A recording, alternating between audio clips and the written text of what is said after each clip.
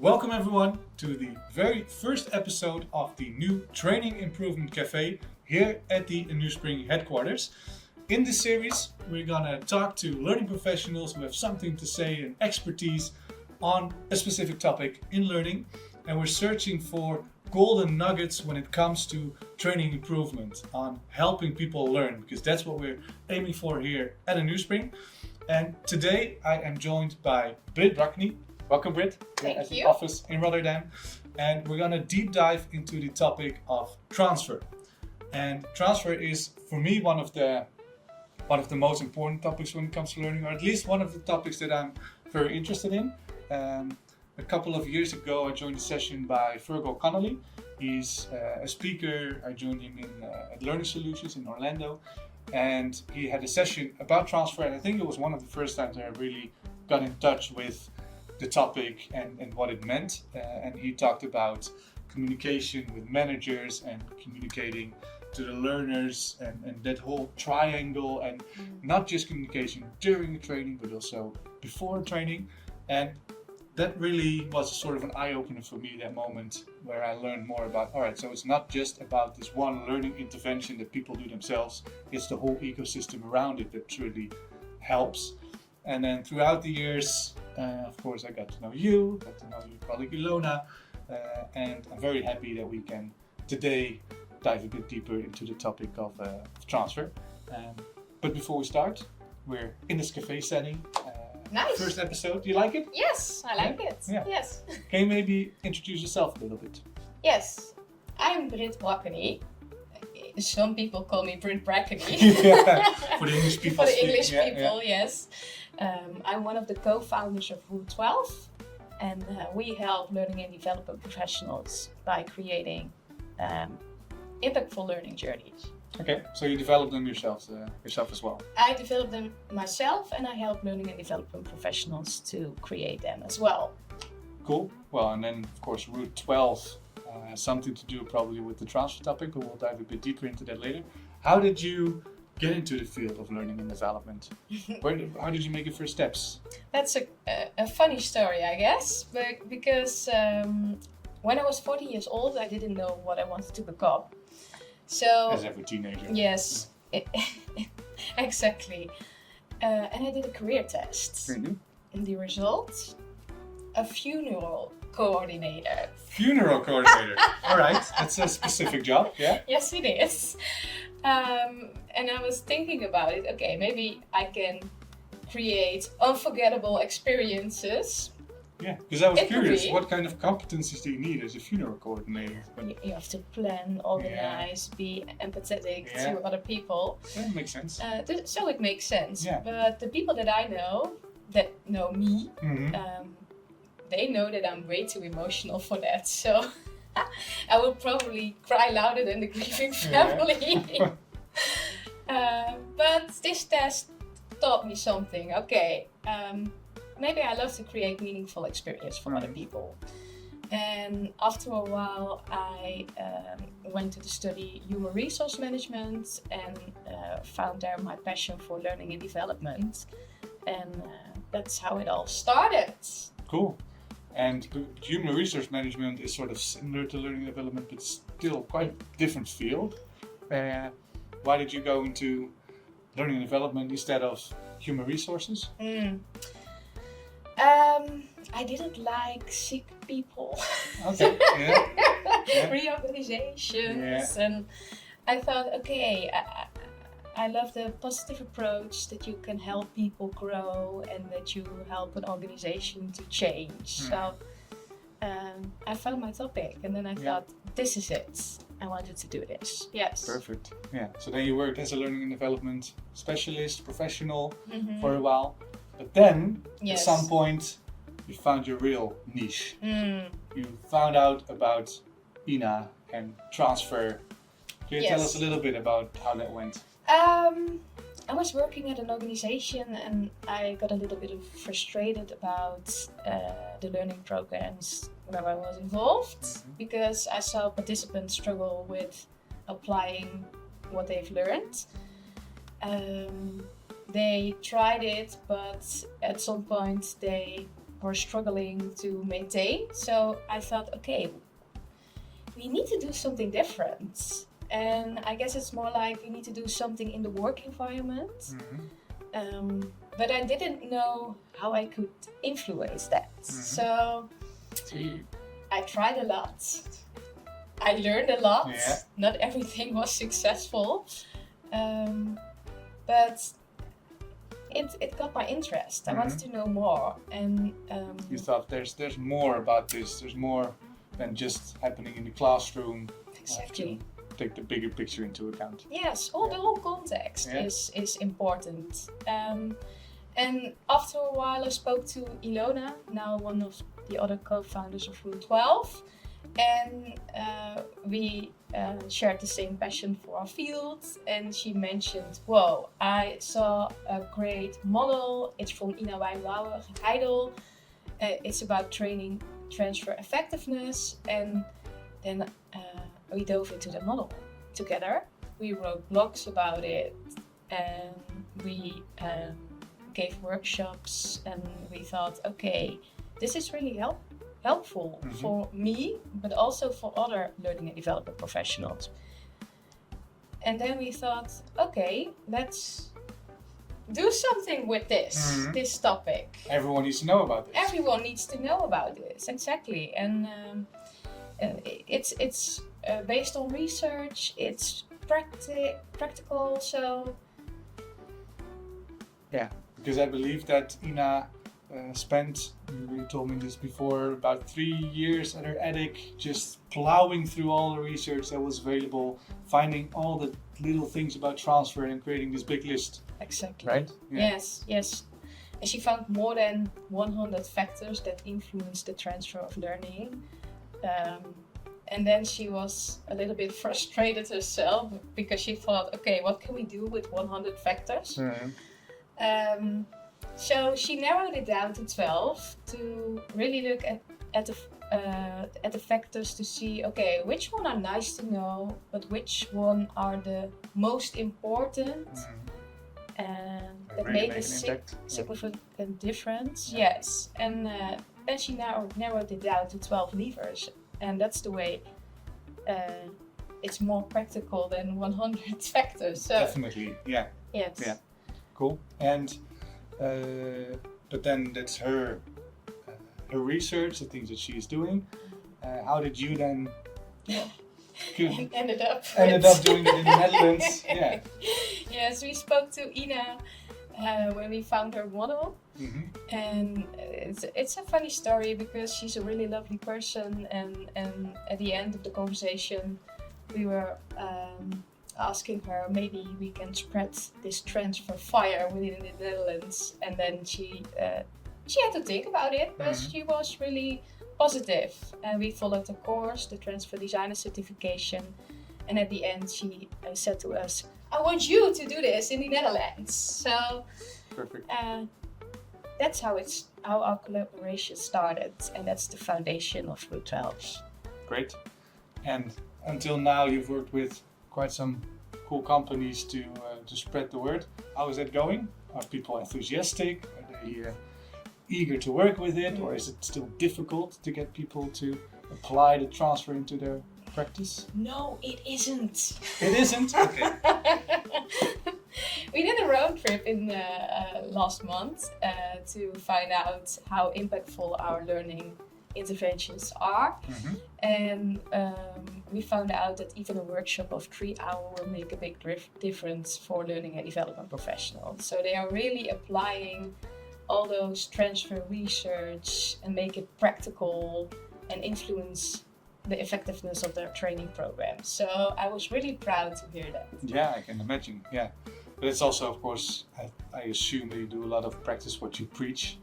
So you put a lot of the transfer effectiveness tips and tricks into your own training to make sure that it, All right, so it works. People are happy when you tell them about the transfer, and you put it all into practice what you preach, and you tell people why it works, and they start working with it.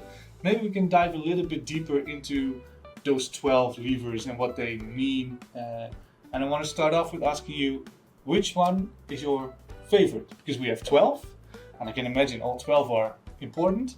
Which one is your favorite? That's a really good question. Thanks. I don't know that I have a favorite one. I like them all. You like them all, of course. Yeah, that's the political correct answer. Yes. And which one do you apply most? Which one do Or I? do you like the Okay, most? no. Maybe not do I like the most, but the one where I always start with is clear expectations. Hi. For me, it's such an important thing to start with, okay, what are the desired outcomes? What do you want people to do differently in their jobs? So it's the starting point to make transfer happen, that you know what you're aiming for. But that's really at the beginning, from the first analysis part, the clear objectives should be clear from the beginning. Yes. So I don't think it's my favorite one, but it's definitely the first one where I want to start with. Ones. Yeah. Yes, the most important one for me. And then is it about the learning objectives? Is that a word that you use? Because I also heard you say something about behavior. Yes. Is it more the behavior objectives? Transfer, for me, it's like you aim for behavioral change. You want people to do something differently. So I'm talking not about learning goals, but about transfer goals. Okay. And impacts that you want to achieve on the organizational side. Which is quite a mindset shift, I think, for people, because we're so drilled into learning objectives and using Bloom and making it all smart and those kind of things. But I think transfer goals, is there a different approach when it comes to transfer goals? As in, do you write them differently? How do you work with these goals? Yeah, so that's a good question. I think if you're looking at transfer goals, you want, if the participants will reach your transfer goals, then you want them to think, okay, this is what is expected from me. So that they can imagine what it's like to do after a training session, to act differently. So very concrete, not too abstract, like we're sometimes used to as people who design training. You can talk about some abstract learning objectives. It's really, you need to visualize it almost as a learner. I think it might not be fun to go over all these 12 levers, and I think you've got a lot of resources you were already talking about that we'll include in the show notes as well, to make sure that people can look at all the stuff that you've created about transfer already. But you did bring something to practice with and to showcase, right? Exactly. Something you use in your daily practice as well, often, I believe? Yes, it's the card game of the 12 levers. And Ina is a great person. And she makes transfer really practical. And one of the things and the tools that she gives to the people that follow her programs is the card game. And you can use it in all kinds of ways. So you can use it at the beginning when you are just designing a program, and you can think of, okay, how can we make sure that these levers are covered in our program? But you can also use an existing program and review it with the 12 levers. So there are more ways of doing the card game. Would you like to try out? Yeah, please. Let's give it a try. What do I need to do? We need to have a learning program or an intervention. A case study. Okay. Yes. So let's act like we didn't prepare this beforehand. Let's take, let me think about it. Let's take a cybersecurity case. Okay. Because, of course, at aNewSpring we're ISO certified, and we need to be very cautious with all the data that we have going on here at the office and with our customers and those kind of things. So that's why every year we have this cybersecurity training to, be more aware about the risks that are going on when you use a computer, when you use the internet, and when you work with data. And I think, hopefully that resonates with people who are watching as well, because they also have those kinds of mandatory courses. And I'm thinking about one of them that we did a couple of years ago. So I think that would be a good one to start with. Let's use that one. Okay. Can you explain a little bit more about design? Was it a face-to-face intervention, or it was more online? Well, it was a good question. It was in COVID times, so we did it online. and it was sort of an escape room game type of training. I think it lasted for about an hour. We worked in teams, and it was through this website, I believe, that they developed for this course. That sounds nice. Right? Yeah. It immediately got my attention and motivation as well, because I was like, ooh, games, that's nice. Yeah. But was it effective? Yeah, that's a good question. Do you still apply those learnings? Yeah, maybe not very actively, as in I don't think about it often, but I do think that it gave some pointers into where to pay attention to when it comes to cybersecurity and how you take better care of data and stuff. So it did, yeah. It's not that I think about it daily, but it did help. Yeah. Okay. Now, let's try. All right, cool. So you've got a card game here. 12 levers of transfer effectiveness. It has the logo on it, I see. Because not everyone will watch this show, but they will maybe listen to it. So that's why we're going to be a little bit explicit about what we see and what we're going to do. So you have some cards? Yes. Cool. Let me explain a little bit about the card game. Yeah. The 12 levers of transfer effectiveness are divided into 3 parts: the training participants, the training design, and the organizational part. Yeah. And I'm going to ask you 12 questions, and you can decide which one or which lever are well covered in the cybersecurity intervention and which one are not that well. Okay. And we have a few thumbs. Yeah. The green one, A green thumb, so that's probably good. you can imagine. Yeah. The yellow one, Yeah. That's when it's not really, but also there are in the some middle. point for improvement when Exactly. you do something right. Okay. Yeah. And the red one. And a red one. All right. So that's when it's totally not covered at all. Exactly. It's super easy. Mm-hmm. And I'm going to ask you the first question. It's Yeah. about transfer motivation. And Mm-hmm. I'm really curious. If you look back at the intervention, at the end of the intervention, how motivated were you to apply those learnings in your work? Ooh, that's a good question. In the training, what they did quite well was that they put some emphasis on the risks that you can get when you do something wrong when it comes to cybersecurity and data and what can come out of it. So they made us quite aware of those risks, which in the end followed by quite some motivation to prevent those risks from happening, of course. So yeah, I think especially right after the training was quite motivated to put everything into practice. Yeah, yeah. It was relevant. You feel the urgency. I felt the urgency. Yeah, definitely. Yeah, yeah. So, green? Yeah, let's put it at green. Okay, great. The next one is self-efficacy. Mm-hmm. So, I'm curious about, did you believe in your ability that you could master the skills, like the cybersecurity insights that you gained? Mm-hmm. That you thought, okay, I can do this in my work. I can put this into practice. Well, I don't want to sound too arrogant, but as being a digital native, I felt that some of the things were a little bit too obvious and that I already had the confidence that I would be quite good. So the self-efficacy was already there, but I think the most important thing for me was just to have this refresher, to gain some extra insights and see it all again, to reassure that I was already doing the things right. So it was just sort of a reassuring course instead of really building my confidence. Okay. So yeah, I would maybe put it. Yeah, green is a good one, I think. Yeah, because it sounds like green.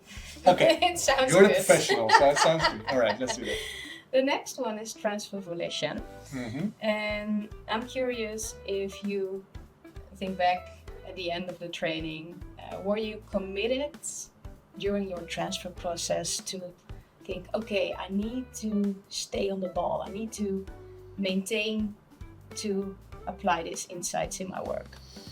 Well, I think the difficult thing with the cybersecurity training is that you have this at one point, but then it's possible that for a couple of months, nothing really happens. That you don't really have big things that, you know, of course it's good to always be aware, but the real, like for example, the email that you get from someone that you shouldn't click on a link, it's not that it happens the next day, it happens in a couple of months. So, of course, after the training I was quite, I knew quite a bit about all these different topics again, but it was difficult to maintain that and to make sure that we kept it top of mind all the time, you know. And we also didn't do a lot of training afterwards with that. No so follow-up. Not really a follow-up. What do you want then? The volition, I would like to have that at yellow. Yellow. Yeah. Okay. All right. So these first three, they're about the participant and about the motivation Yes. and self-efficacy of the participant. All right. Yes. 2 green, 1 yellow. Yes. Okay. Not too bad. It's not too bad. All right. Let's continue with the training design. Training design. Okay. Okay. If you look back, Yeah. before the intervention, did you know what you could expect? Not so much. We knew that there was training coming. We knew that we had to reserve some time for this intervention, but there wasn't a lot shared about the goal, about what we were gonna do. I think that was by design, because if you give away too much what's in the training, then it maybe doesn't have the effect as you want it to have. But yeah, if I have to answer the question, I would say no, because I didn't really have clear objectives and clear outcomes. So Okay. let's put it at red. Red. Yeah. Yeah. I understand it. Red. Okay. Content relevance is the next one. Did you find the content that they used during the intervention relevant to your day-to-day job? I think they used quite some examples that we could find in our day-to-day job. Of course, there were some puzzles. I believe there was also something with a bank or something that didn't really resonate. But there were also quite some examples that did, like what I said about the email coming from the CEO. That's not really from the CEO. That's something that happens. So they really did a good job there. But overall, it was quite general as well, generic. So it wasn't specified for our specific case. But still, Maybe in the middle? I would put it in the middle. Yeah, that's good. Let's So put content it there. relevance. Yes. Okay. The next one is active practice. Mm-hmm. And if you look back at the intervention, were there enough moments that you could really try out the things that you need to do in your work afterwards? That's a good question, because it was a game, of course. So it was with some puzzles and things. I would say yes. Yes, I think they, because they made it sort of an experiential learning experience, I think they gave us quite some moments to really practice with it and to really, For example, the email from your boss, what did you do? What did you have to do with that? Well, you had your own mail program, and you had to go in there and you had to find an email and you had to review that email and see, right, so what's the content and who's it from and those kind of things. And then without them telling you where to go, you really had to find those things yourself. So that was sort of one-on-one how it also happens in real life, of course. It sounds like active practice. Yeah. Yes. Great. Put it on green. Yeah. Okay. Right, so the table's getting quite filled. Yes. And luckily for the cybersecurity training, a lot of greens. Yes. So that's good. Yeah. That's good. The last one within the training design is transfer planning. Okay. Did you leave the intervention with a concrete plan about what you were going to do, what you were going to implement in your work, specific actions? No. Okay. No, it was, I think, sort of, we left thinking that was a nice game, that had some good activities in it, interesting, nice awareness, let's move on. Right? Yeah. Yeah. Yes. Okay, put it on the red. No real planning. No real. But I can see why it's important. Planning, yeah. Do you experience what it does to talk about these important topics? Yeah. Yes. I think it really lays down the gaps you have in the training, and I just having it so explicitly with all these different cards and because the 12 levers, I know them, but I don't know them by heart, and this really makes it explicit. So that really works. Yeah. Hello, Mickey. So apologies to the viewers if we don't cut this out. This is our dog, Mickey, from our CEO. And I mean, we're in a cafe, so those things happen, of course. All right. So that's the 2 topics. Yes. And now we have a third one. Yes, the category of the organization. So Organization. this is Yeah. my favorite part. Yeah? Why? Yes. Because it all started with me asking how can I influence the work environment? Mm-hmm. And these are the important levers that Mhm. influence the training effectiveness Yep. that are in the work environment. So I love this one. Yep. The first one is opportunities for application. And I think cybersecurity, do you think there were enough opportunities for you to apply those? Well, of course, you want to not have those opportunities. Mm. Because if you have too many of those opportunities, something's wrong with your security. I do recall that somewhere, I don't know if it was before or after the training, we did have this sort of phishing mail come in, and then it was a test from, but I'm not sure if it was related to the training. That would be a great idea. Right? Yeah, I think looking at transfer, that would have been amazing if they deliberately planned it that way. But no, there wasn't really an opportunity to practice afterwards. It was not that they gave us that opportunity. It just, And no. not that it happens in your work that often. No, not that often. No. Where do you want them? Yeah, let's put it at red. Okay, right. Yeah. Okay. The next one is personal transfer capacity. And it's like, did you feel that you had enough time in your work routines and schedules to be on top of this topic? So that you thought, okay, I have enough time to implement this in my work? It's a good question. I'm not sure. I think that it's of course a bit difficult with cybersecurity. I mean, if we would have talked about giving feedback, then you would have searched for an opportunity to do that. And with cybersecurity, it was more about the awareness and about making sure that you know what the risks are and how to mitigate those risks. So also with this one, I don't think it was in the design of the training as well. Maybe there was enough time for you to put into practice what you've learned, but with this topic, it's more difficult because it doesn't happen at all. Yeah, exactly. I would put it at orange. Yeah. Okay. Yeah. That's a good point. Next one is support from supervisors. A really important one you Yeah. mentioned before. Mm. Did you feel encouraged by your supervisor to be really On top of this Yeah. cybersecurity? Yeah, I think most team leads here in aNewSpring, they were aware of the importance and did stress it and made sure that also beforehand they talked about how important the training was and that you should really be there, and also afterwards reflected on the training. So yeah, I would say that they did quite a good job when it comes to On supporting before and after they Yeah. were there to communicate and to Yeah. reflect with you. Yeah. Okay. Yeah. That sounds good. Yeah. Green, I guess. Yeah, let's put it at green. I love that one, by It's- the way. it's- Support from supervisor. Yeah, let's see. It is a really good one. Yeah. Yes. The next one is support from peers. Oh yeah. And that's a funny one, Mhm. I guess, within this context, because you followed it with all your colleagues. So Yeah. that's really good. Yeah.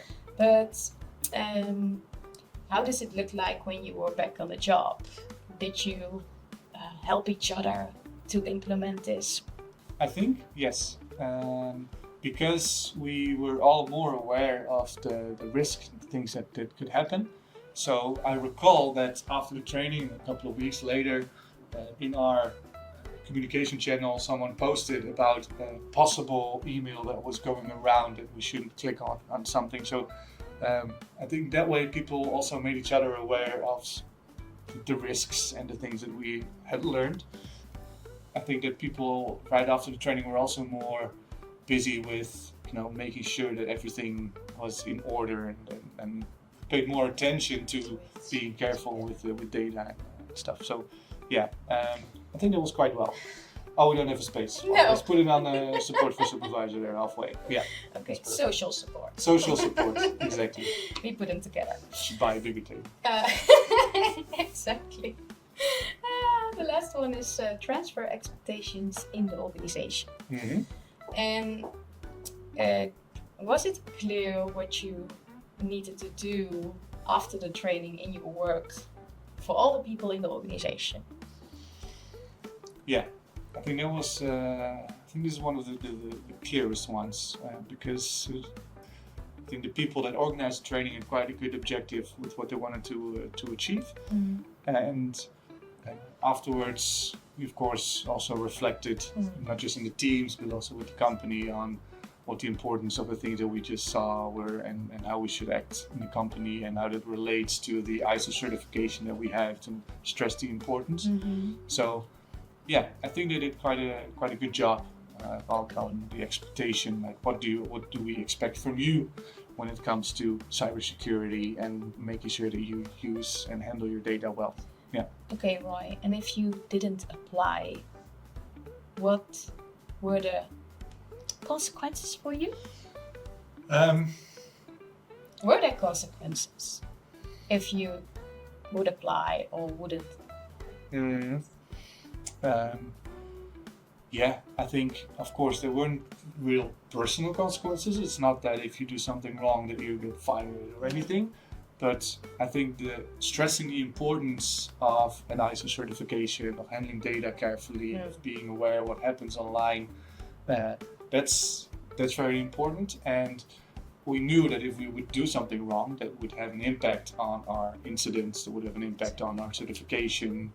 So yeah, in the end, and we knew that even though it wasn't personal, the consequences would be there for the company. And we also wanted to prevent that. Yeah. Sounds good. Sounds like this is also a green one. Yeah, let's put it there. Yeah. All right, so when I'm looking at the table, we've got 6 green ones, 3 yellow ones, and 3 red ones. And I'm curious, if you had to pick 2, which one do you think are most important to improve? For this specific cybersecurity training? What would have helped you to become more effective? Yeah. I think one of the most important things that we also already mentioned is sort of a follow-up. So not just having this 1-hour training and then not doing anything with it and waiting until someone sends an email, you just have to dig deep and how did that work again? So I think putting following up and creating a little bit more of the activity spread out over time, that would have helped. I think there was opportunities for application. Maybe we should create more opportunities. Yes, exactly. So that the people of the intervention would have sent more phishing mails to you. For example, or sometimes send some reminders or some questions, or at least do something to keep it top of mind. Okay, for me is that we create more opportunities for application, but also your transfer volition. To stay on the ball, you really have to have those situations, reminders to be on top of this cybersecurity awareness. Sounds good. Yeah. Okay. What do you think? It's a quick analysis. Yeah, it's a quick showcase to demonstrate, of course. But yeah, I like the way how we went through all the levers with such a playful way. I liked how you phrased the questions, how you immediately connected that to our example. And it really got me thinking about the training in a good way and even reflect a bit on it as well. So yeah, I like this way of putting the levers into your attention. Cool. Yeah. Me too. It also helps me to know more about your context. So I can imagine, and I can definitely imagine that it helps in like real work situations where you talk to customers who need to apply this better. I use this method during my intakes to see, which levers are within this organization most challenging. Where do I need to focus on? But also when you start designing with other learning and development professionals, even subject matter experts. This is really helpful because everyone can relate to these topics. So once I did it with a subject matter expert, and he immediately got 100 ideas how they can influence their training effectiveness. So it's funny to see how something practical like this card game really helps to have a good conversation, but also brainstorming together. And when I'm asking you the question, if you want to pick 2 levers that you want to focus on, then I give you the, how do you say it? Yeah, sort of the ownership. The ownership. Yeah, Yes. exactly. Yeah. So it's a great way to collaborate together and make things more effective. Yeah, and explicit. Yeah, definitely. Would you say, from your experience, that you need to address all 12 levers? No. No? No. Okay. Quick answer. Yeah, No. that's good. If you have a crucial learning program for a lot of people within the organization, where you put a lot of effort and money in, then it's really good to cover all those 12 levers and think about it. But in practice, we experience that it's more like, okay, which one is the most challenging within our context, and what can we do about it?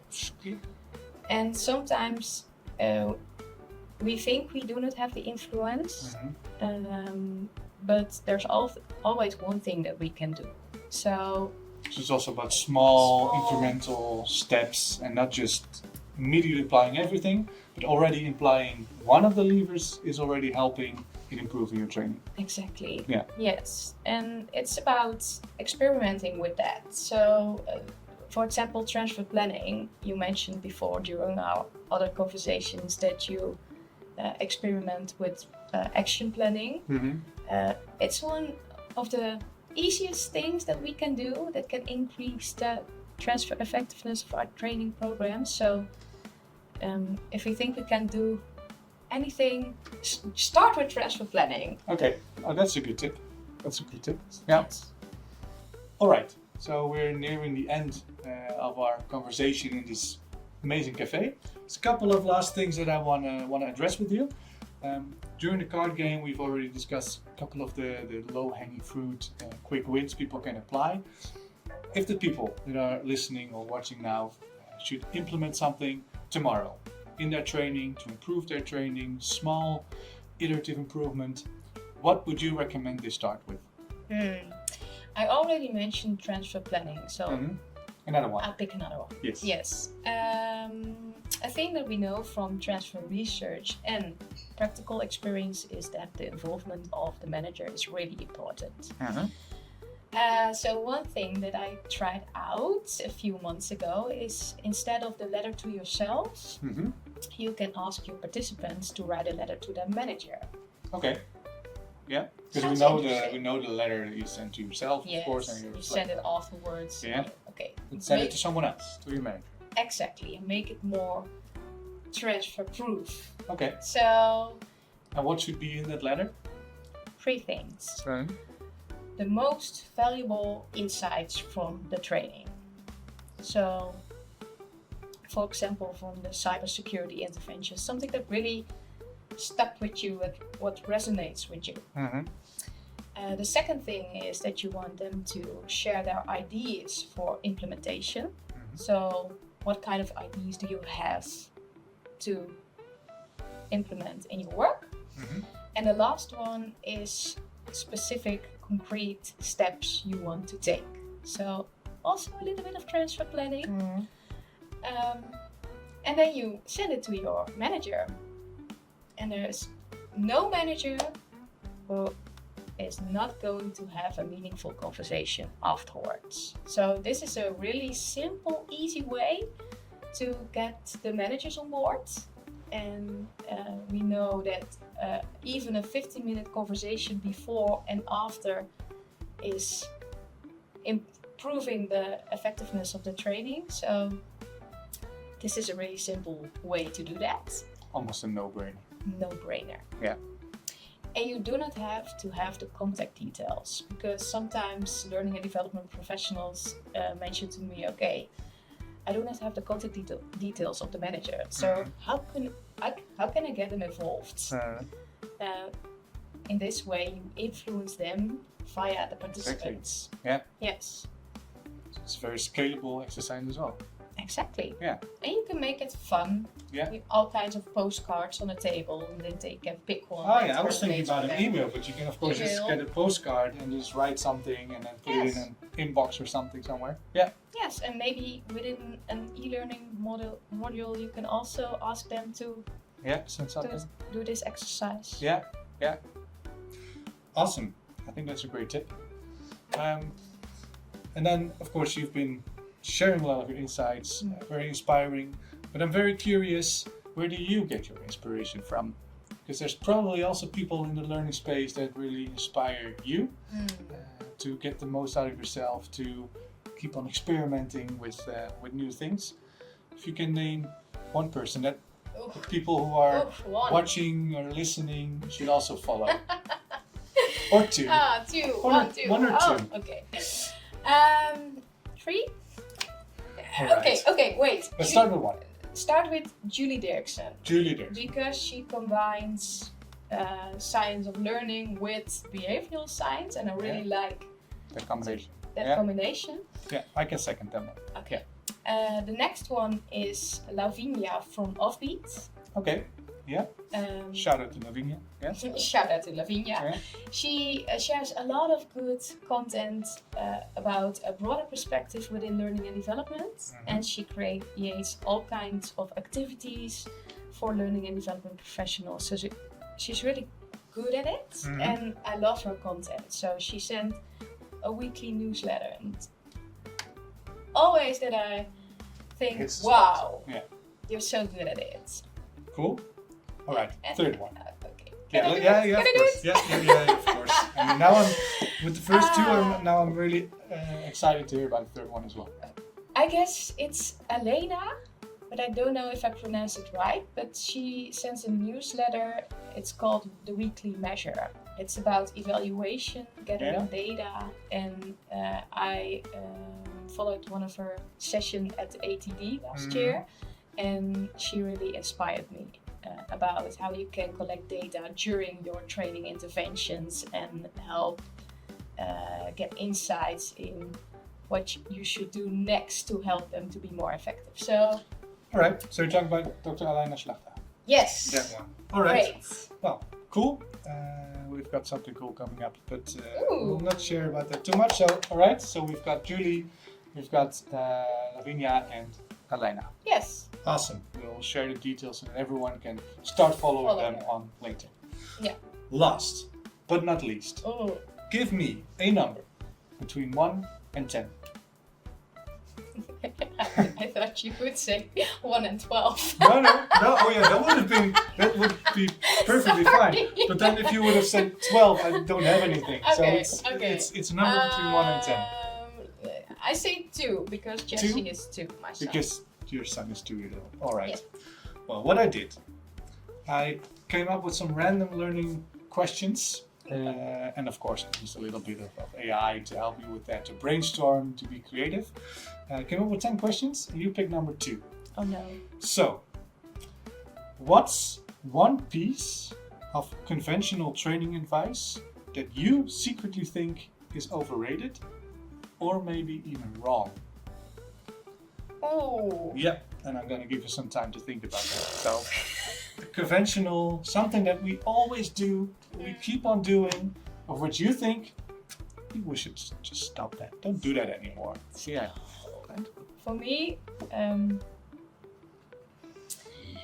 before I get to know this transfer research and all these levers, I followed a lot of courses, and I know the moments when you say to I got the question, okay, Britt, what's your biggest takeaway? And then you leave, and then the end is there. Yeah. So let's stop with that. Just okay, a so simple not question. at the end, what's your biggest takeaway? You can ask it, but make it more in depth. Okay. And what are you going to do with your biggest takeaway? I think that's a nice one. Yeah. So put more emphasis on what are you going to do with it instead of just what did you learn? What did you take away from it? Yeah. Exactly. Okay. Cool.